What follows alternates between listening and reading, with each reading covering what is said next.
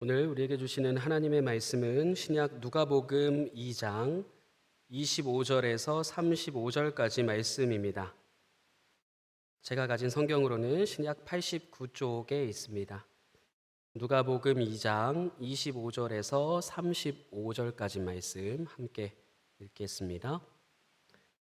네, 다 찾으셨으면 한 절씩 교독하겠습니다.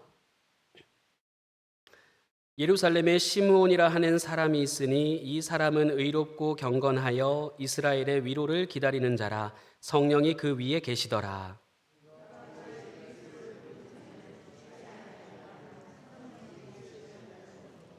성령의 감동으로 성전에 들어가매 마침 부모가 율법의 관례대로 행하고자 하여 그 아기 예수를 데리고 오는지라. 주제여 이제는 말씀하신 대로 종을 평안히 놓아주시는도다. 이는 만민 앞에 예비하신 것이요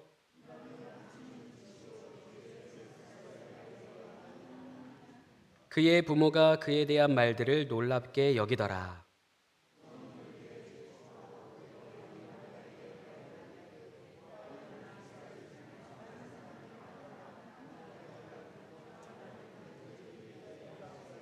함께 있습니다. 또 칼이 내 마음을 찌르듯 하리니 이는 여러 사람의 마음의 생각을 드러내려 함이니라 하더라. 아멘.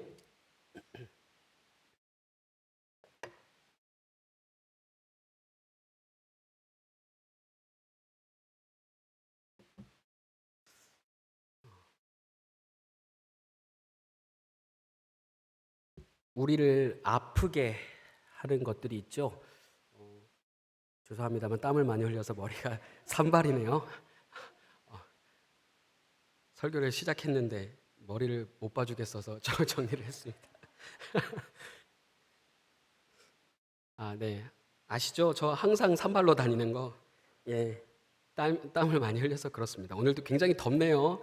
여러분들 안 더우세요? 예. 그렇죠. 천대훈 목사님은 파카 입고 계신데, 패딩 입고 계신데 저는 지금 이렇게 입고 있는데 너무 덥네요. 예. 우리에게 아프게 하는 것들, 우리를 아프게 하는 것들을 좀 봤어요. 아프다고 하는 분들이 많이 계신 것 같아요. 무엇이 우리를 아프게 하는가? 여러분은 요즘에 혹시 무엇 때문에 아프세요? 목사님 그냥 가만히 숨만 쉬어도 삭신이 쑤셔요. 그러잖아요. 그냥 가만히 있어도 아프죠. 그렇죠? 그런 육체적인 고통이나 아픔이 있을 수 있겠고요. 또 정신적인 어떤 고통도 있겠죠. 고통을 못 느끼는 고통도 있어요. 아파야 되는데 아픈 걸 못 느껴가지고 더 큰 고통에 빠지는 그런 경우들도 있죠. 개인의 어떤 주관이나 각자가 처한 상황 이런 것들이 다 다르니까 뭐 때문에 아프세요 하면 다양한 이유들로 그 종류들을 열거할 수 있겠죠. 근데 아굴이라고 하는 한 잠언의 기자가 있는데 그 기자가 이 세상에 진동하고 견딜 수 없는 것 서너 가지가 있다 이렇게 이야기한 바 있어요. 뭐냐면 말씀을 좀 띄워주시겠어요? 잠언 30장 21절에서 23절까지인데요. 세상을 진동시키며 세상에 견딜 수 없게 하는 것 서너 신나니 22절 곧 종이 임금된 것 미련한 자가 음식으로 배부른 것 그리고 23절 미움받는 여자가 시집간 것 그리고 여종이 주모를 이은 것이니라 이렇게 돼 있어요. 말씀 없애지 마시고 한번 찬찬히 다시 한번 돌려주실래요? 21절부터 여러분 한번 말씀을 눈으로 보시면서 무슨 뜻인가 한번 생각해 보세요. 22절 종이 임금이 되었다. 그러니까 임금이 되지 말아야 될 사람이 임금이 된 거예요. 또한 미련한 자가 음식으로 배부르다. 그리고 미움받는 여자가 시집을 갔다. 여종이 주모를 이었다. 이러한 것들을 보면 세상이 진동하고 세상에 견딜 수가 없대요. 종이 임금된 것, 권력과 위치에 대한 이야기겠죠. 임금이 될 만한 사람이 아닌데 임금이 된 것이 그렇게 사람들이 볼 때는 견디기가 힘들다라는 겁니다. 과거에 우리가 지금보다도 훨씬 더 살기 불편했잖아요. 그런데도 불구하고 많은 사람들이 과거를 추억하고 그리워하죠. 이거에 대해서 제가 한번 몇 달 전에 말씀을 드렸었어요. 왜 그럴까? 도대체 지금이 더 살기 좋고 지금이 더 좋고 재밌는 게 많잖아요. 그런데 왜 사람들은 과거를 그리워하고 과거로 돌아가고 싶어 하는가? 다 고만고만해서 그렇다. 무슨 말이냐면 여러분 학창 시절을 한번 생각해 보세요. 다 교복 입고 다녔잖아요. 그리고 머리 다 까까머리 하고 다녔잖아요. 그러니까 겉으로 볼 때 차이점이 잘 드러나지 않아요. 물론 그 와중에 뭐 도시락 같은 거 뭐 이제 갖고 다니는 학용품 이런 게 차이가 날 수 있겠지만 그래도 다 고만고만한 집에 고만고만한 사람들이 모여서 살고 다 고만고만한 차 타고 그냥 그렇게 살았잖아요. 그러니까 외적으로 봤을 때 별로 심리적으로 차별감이 안 들었어요.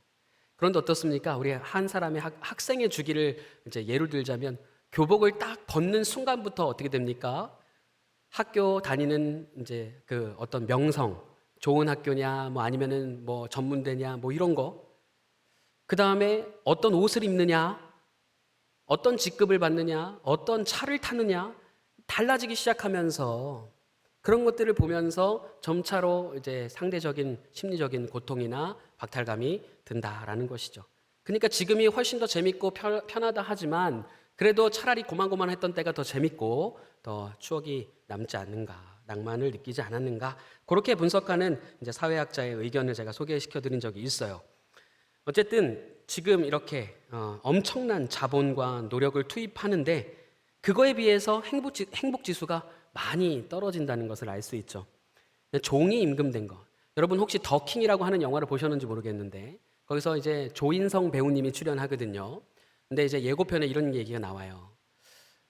이제 소위 말하는 일진인 거예요. 이제 동네 이제 골목 대장인 거죠. 학창 시절에 보면 어딜 가나 힘으로 제압하는 친구들이 많이 있잖아요. 그러면 보통 그 학창 시절에 그런 친구들이 이제 주름 잡아요. 근데 이제 그 조인성 배우님이 이렇게 자문하는 거예요. 대한민국의 진정한 왕은 누구냐? 대한민국의 결국에는 다스리는 힘을 가진 사람들은 결국 누구냐 하면서 카메라가 샥 돌아가요. 그러면서 누구를 비추냐면 교실 제일 앞줄에서 안경 쓰고 이제 공부하고 되게 이렇게 이제 좀 속된 말이긴 한데 지질지질하게 나오는 그 친구들을 쫙 비춰주면서 결국 저들이 저렇게 공부하고 지금은 힘도 없고 사람들이 무시하고 별로 이렇게 주류인 것 같지 않은 저 공부하는 모범생들이 결국에는 이 세상을 주도해 간다. 막 이러면서 나도 검사가 되리라 이러면서 이제 검사가 되는 그런 이제 이야기가 전개되거든요. 어쨌든 사람들은 항상 나만 쳐다보고 살면 좋은데 그렇지 않아요.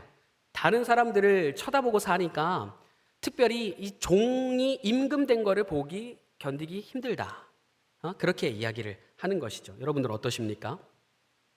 두 번째는 이제 미련한 자가 음식으로 배부른 거다. 뭐 비슷한 얘기죠. 사실 배부른 거는 우리가 먹고 사는 얘기잖아요. 부에 대한 얘기로 우리가 치환을 시킬 수도 있는데 별로 그렇게 잘 살 것 같지 않은 사람들이 잘 사는 경우를 많이 봐요. 그렇잖아요. 학교 다닐 때 보면은 야, 저 친구는 정말 자기 앞가림을 할 수 있을까? 심지어 결혼은 할 수 있을까? 자녀를 양육할 수 있을까 싶을 정도로 이렇게 좀 모질이 같은 친구들이 있잖아요, 꼭. 근데 어떻습니까? 나중에 사회생활 하고 만나다 보면 그런 친구들도 정말 잘 살아요. 그러니까 이제 오히려 열심히 하고 뭐 소위 뭐 공부 열심히 해서 잘하고 인정받았던 그런 친구들이 오히려 사회생활 할 때는 별것을 이루지 못했다라고 스스로 말하는 그런 경우들을 많이 봅니다. 어쨌든 미련한 자가 음식으로 배부르다 하는 것을 이렇게 보면 참 세상이 기구하다 이런 이제 심정을 느낄 수도 있다라는 것이죠. 세 번째로 미움받는 여자가 시집 간 거에 대해서 얘기하죠. 고대 사회 때는 여성이 이제 결혼하고 자녀를 낳는 것이 굉장히 사회적으로 성공한 거였어요. 여러분 큐티 다 하고 계시죠? 1장 25절 말씀 보면 엘리사벳이 세례 요한을 잉태하잖아요. 그러면서 이렇게 이야기해요. 찬송하는 끝에 다 같이 한번 읽어볼까요? 시작. 주께서 나를 돌보시는 날에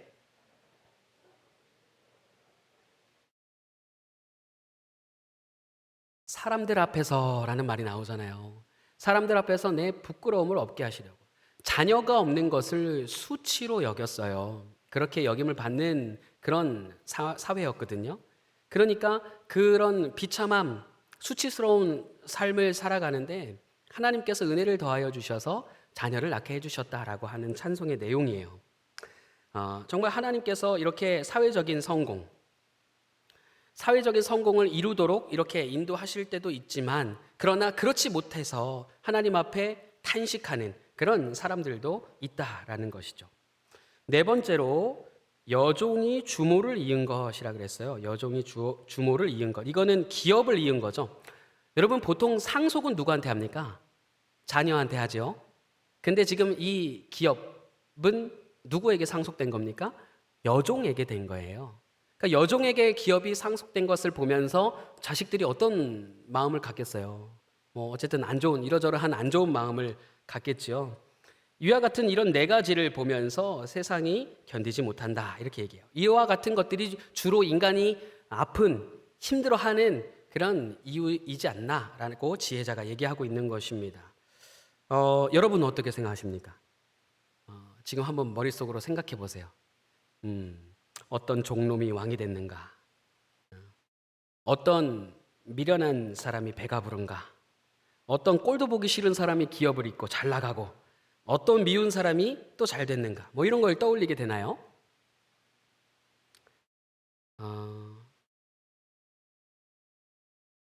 이런 세상 속에서 시므온이 진정한 왕이 오기를 기다리고 있었던 겁니다.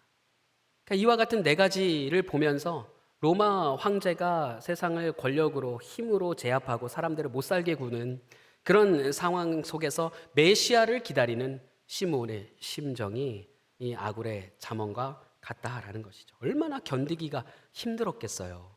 근데 시므온은 정말 끈질기게 믿음으로 메시아를 기다렸던 것입니다. 25절 말씀 보면요, 이스라엘의 위로를 기다리는 자라, 이렇게 기록됩니다. 이러한 견딜 수 없는 일들 중에서 구원을 받는 일을 위로라고 표현을 했어요. 이사야 40장의 이제 말씀인데요. 그 위로라고 하는 하나님의 구원을 기다리는 시므온의 심정을 우리가 생각해 볼 수 있는데, 이 사람에 대해서 설명을 딱 3절에 걸쳐서 하거든요. 여러분 한번 눈으로 보시겠어요? 오늘 본문 25절부터 27절까지거든요. 한번 띄워주실 수 있으면 다시 한번 띄워주세요. 25절 말씀 보시면, 자, 시므온이라고 하는 사람에 대해서 설명합니다. 성령이 그 위에 계시더라 그랬어요. 성령이 그 위에 계시더라. 자, 26절이요. 또 어떤 단어가 나옵니까? 성령의 지시를 받았다. 여러분, 성령의 지시를 받았다는 말이 무슨 말일까요? 성령의 지시를 받는다. 이거 지시 받는 건 어떻게 받는 걸까요? 그리스도를 보기 전에는 죽지 아니하니라 그랬어요.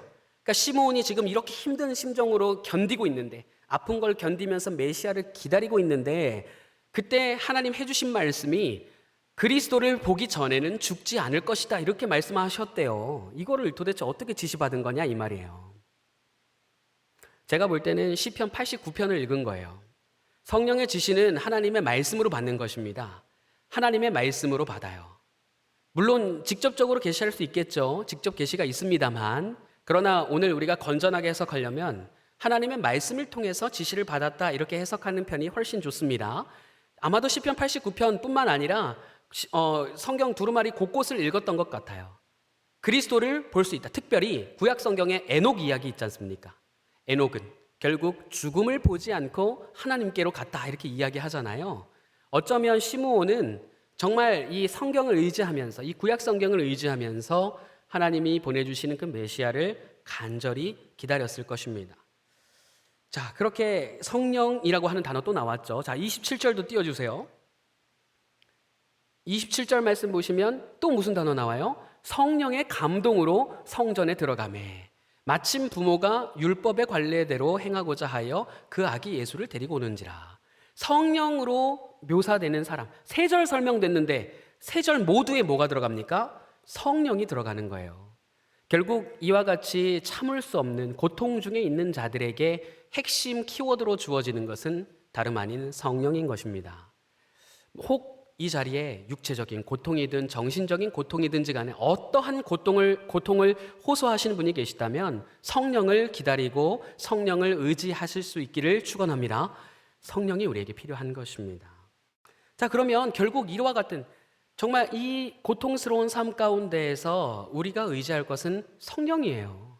그냥 성령님이 인도하시는 대로 살아갈 뿐인 것입니다. 여러분, 이거 왜 다른 것 있습니까? 없어요. 그런데 이렇게 성령으로 설명되는 시므온이 고통받는 사람들에게 구원의 소식을 전하는 가운데 이상한 예언을 하나 합니다. 오늘 본문 34절, 35절이에요. 한번 말씀 보실까요? 34절, 35절 말씀 보시면 뭐라고 하냐면 그의 어머니 마리아에게 말합니다. 그의 어머니 마리아에게 말하여 이르되 보라, 이는 이스라엘 중 많은 사람을 패하거나 흥하게 하여 비방을 받는 표적이 되기 위하여 세움을 받았고. 말이 좀 어렵지만 일단 문맥을 보면 어쨌든 안 좋은 얘기죠. 그렇게 예언하는 내용은 뭐냐면 결국에는 비방을 받고 사람들에게 버림받을 거다 하는 내용이에요. 35절도 띄워주시고요. 그러면서 마리아에게 앞으로 이 아들 때문에 어떤 일이 일어날 거다 이렇게 설명해요. 칼이 내 마음을 찌르는 듯 할 것이다. 이는 여러 사람의 마음의 생각을 드러낼 것이다. 정말 오랜 시간 메시아를 기다렸기 때문에 시므온이 얼마나 성령에 충만해서 감사한 찬양을 올렸겠어요. 그 감사한 중에도 지금 마리아에게 이렇게 비극적인 부정적인 그런 예언을 하고 있는 것입니다. 왜 그럴까요? 여러분, 그러므로 오늘 본문은 누구에게 핵심을 맞춰서 읽어야 하냐면 마리아에 맞춰서 읽어야 합니다. 마리아의 심정을 우리가 한번 생각해 볼게요. 자, 마리아가 어떻습니까? 지금 아기 예수가 태어났잖아요. 그리고 이 아기 예수가 하나님의 신비한 방법으로서 자기에게 잉태되었고 이 아기 예수가 결국 세상을 구원할 메시아라고 하는 것을 이미 들어서 알고 있어요. 그러면 마리아는 어떻게 생각할게요? 어떻게 생각할까요? 만약에 여러분에게 이와 같은 과정으로 아기가 태어났어요. 그러면 이제 어떻게 하겠습니까? 내가 이 메시아를 잘 키워야겠다. 이 한 몸 불살라 질러서 정말 이 하나님의 역사와 사명을 이루고야 말겠다. 그러지 않겠어요? 그냥 얼레벌레 마음대로 키우실 거예요? 그거 아니잖아요. 지금 메시아 이 땅을 구원할 사명을 받은 아들이 내 뱃속에 있다니까요. 그러니까 이제 이 자식을 정말 애지중지 훌륭하게 키우기 위해서 최선을 다하겠죠. 최선을 다해 보신 분들 아시죠? 여러분 근데 자녀 키워보신 분들 최선을 다할수록 어떻습니까? 화만 납니다. 이 자식을 잘 키워보겠다고 내가 노력하고 애쓰는 만큼 내 인격만 늘어나죠. 오죽하면은 하나님 이 자식을 다시 거두어가 주시옵소서 할 정도로 다시 돌려주시는 건 안 되나요? 뭐 이렇게 생각할 정도로 포기하고 싶을 때가 오잖아요. 실제로 그런 일이 일어나죠. 누가복음 2장 48절 49절에 어떤 일이 일어납니까? 마리아가 예수 잘 키우겠다고 성전 데리고 갔어요. 근데 아들이 엄마 손을 붙잡고 잘 따라와야 되는데 따라옵니까? 안 따라옵니까? 안 따라와요. 엄마가 가자 그러면 가고 또 오자 그러면 와야 되는데 안 와요. 그래서 말씀 띄워주세요. 2장 48, 9절 보면 한번 다 같이 읽어볼까요? 시작.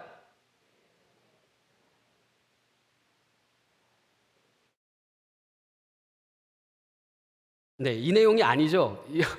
지금 저거는 저 반대 내용이에요. 제가 읽어드릴게요. 48절 49절이네요. 죄송해요. 부모가 보고 놀라며 그의 어머니는 이르되 아이야 어찌하여 우리에게 이렇게 하였느냐 보라 내 아버지와 내가 근심하여 너를 찾았노라. 그랬더니 예수가 뭐라고 얘기해요? 어린 예수님이 말대꾸예요. 예수께서 이르시되 어찌하여 나를 찾으셨나이까? 내가 내 아버지 집에 있어야 될 줄을 알지 못하셨나이까? 이렇게 얘기하니까 엄마는 어떻게 되는 거예요? 상처받는 거예요. 내가 너를 어떻게 키웠는데 나한테 말을 그렇게 하니? 뭐 이러면서 이제 마음이 상하는 거죠. 일뿐이겠어요? 이 아들이 컸는데요. 이제 한 30살쯤 되니까 이제는 막 엄마가 볼 때는 미친 짓을 하고 돌아다니는 거예요. 막 진짜 사람들 이리저리 막 우르르 막 때로 몰려다니면서 막 그중 옆에는 바리새인들 서기관들도 막 넘보고 있고 칼 차고 무장하고 있는 열심당원들도 막 왔다 갔다 하니까 엄마가 볼 때는 애가 다른 거예요. 그래서 누가복음 12장 말씀 보면 어떻게 됩니까? 가가지고 예수님이 나사렛 동네 가서 막 설교하시는데 그 가족들이 와서 뭐라 그래요? 예수님 보고 쟤 좀 빨리 끌어내라. 우리 아들이 미쳤어요. 우리 아들이 미쳤어요. 이렇게 얘기해요. 그 와중에 아들이 더 미친 소리 하죠. 누가 내 부모와 형제냐? 하나님의 말씀대로 행하는 자라야 내 부모고 내 형제 자매다. 그 자리에서 호적을 파버렸어요. 그러니까 이 엄마 입장에서는 아주 그냥 미치는 겁니다. 내가 이 메시아를 잘 키우겠다고 나는 최선을 다하는데 최선을 다하면 다할수록 예수님의 삶은 멀리 뭔가 내가 그리고 내가 꿈꾸고 내가 이루어야 할 그 메시아적 사명과는 너무나 거리가 멀어지는 것이죠. 요한복음 19장에 가서는 결국 어떻게 됩니까? 그 아들이 궁극적으로 어디 매달려요? 십자가에 매달려 있는 거예요. 나는 이 아들 정말 잘 키워보겠다고 열심히 노력했는데 이 아들이 결국 사람들한테 배신당하고 사람들한테 침뱉음당하고 사람들한테 외면당하고 거절당하고 수치를 당하고 결국에는 십자가 위에 달려있는 거예요. 그거를 엄마 눈으로 보는 거예요. 왜 최선을 다하는 것들은 이렇게 우리를 아프게 할까요?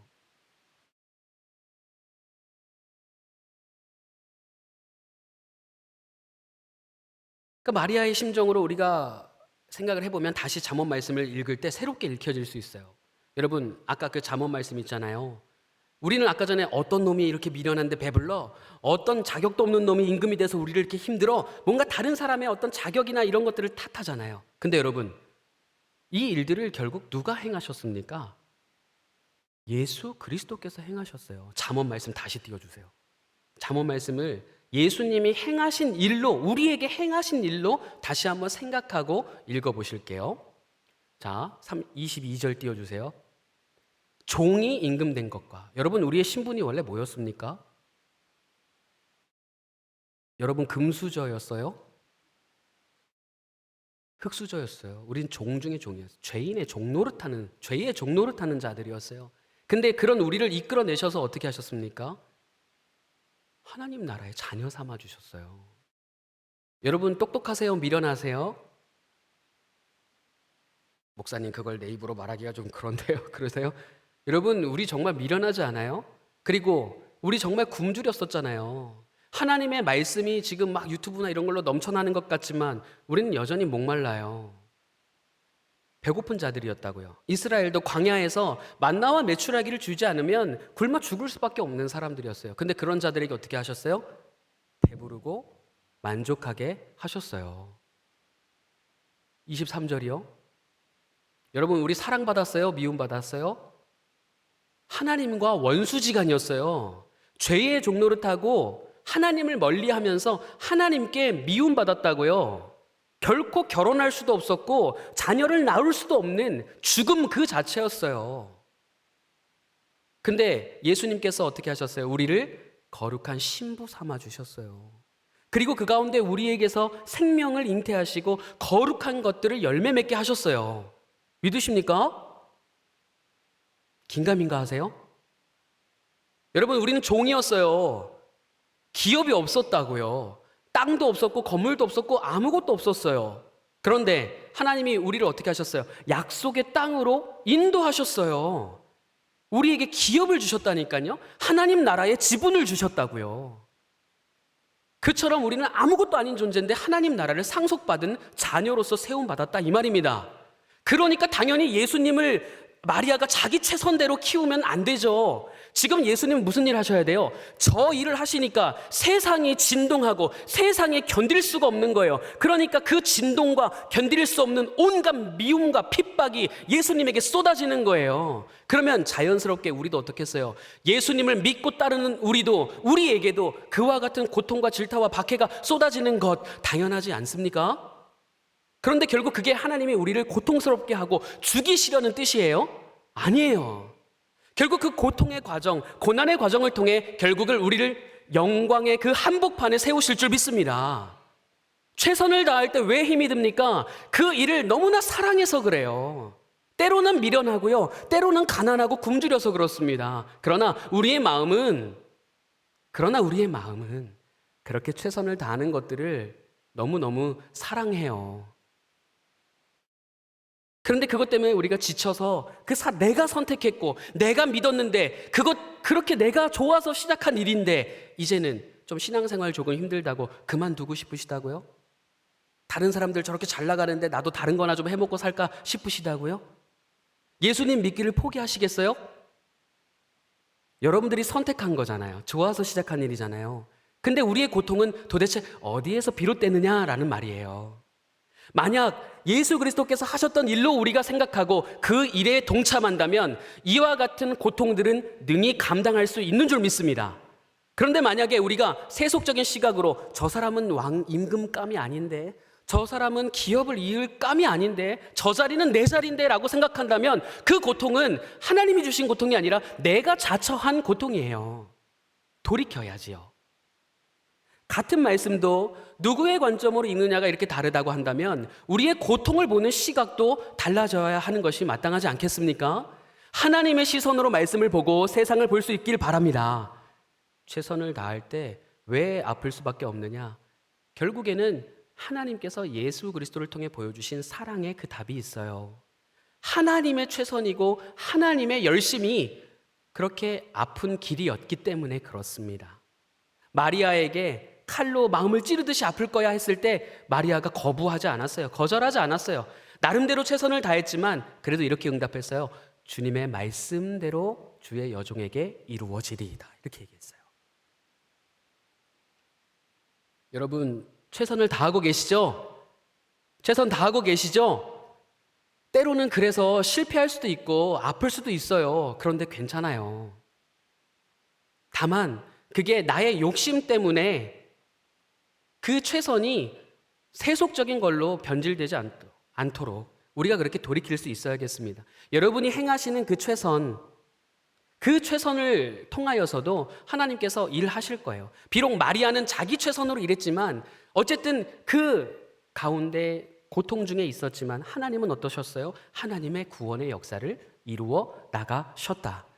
그렇다고 한다면 지금 여러분들이 제가 열심히 최선을 다하는 것들, 그것이 비록 나를 찌르고 나를 상처받게 한다 하더라도 우리는 그 일을 기꺼이 마다하지 않고 포기하지 않고 감수하고 또 성도 간의 서로의 짐을 우리가 함께 나누어 질 수 있어야겠습니다. 결론을 내려볼까요?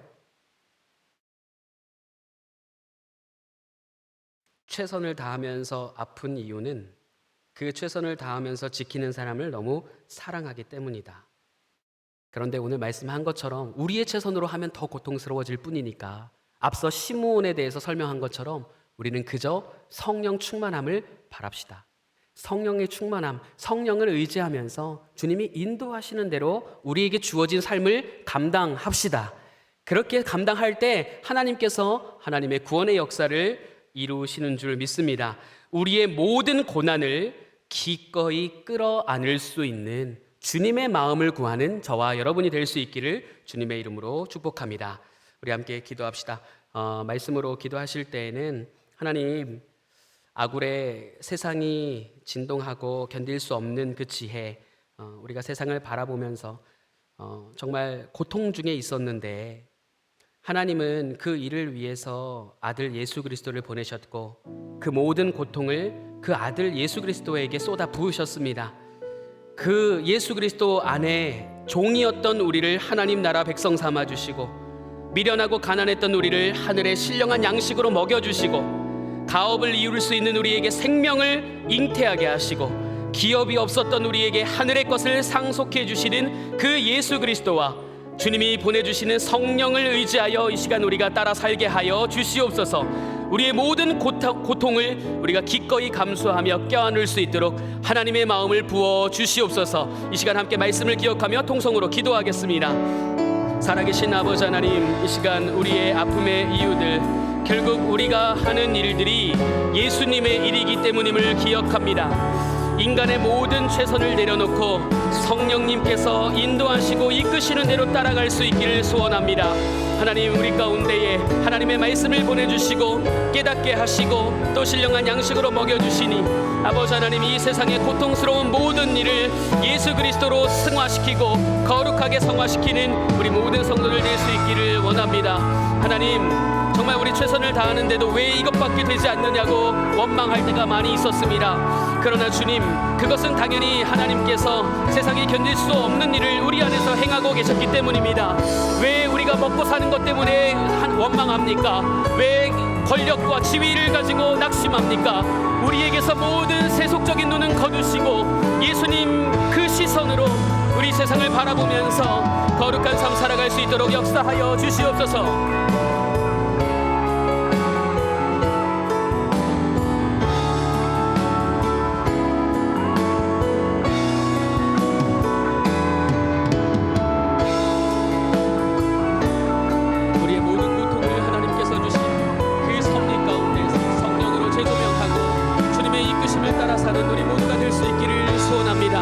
하나님 우리가 최선을 다하지만 그럼에도 아픈 이유는 우리가 연약하고 미련하고 또 굶주리고 하나님의 말씀과 성령에 의지하지 않았기 때문입니다. 그러나 이제는 성령을 의지하오니 하나님 우리 가운데 역사하시고 함께하여 주시옵소서.